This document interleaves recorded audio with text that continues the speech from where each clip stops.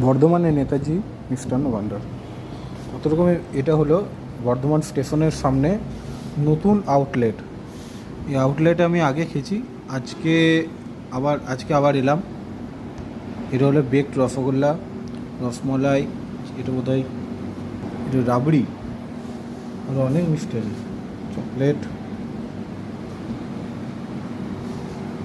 কাশ্মীরি আলুর দম, এখানে নানা রকমের মিষ্টি আছে।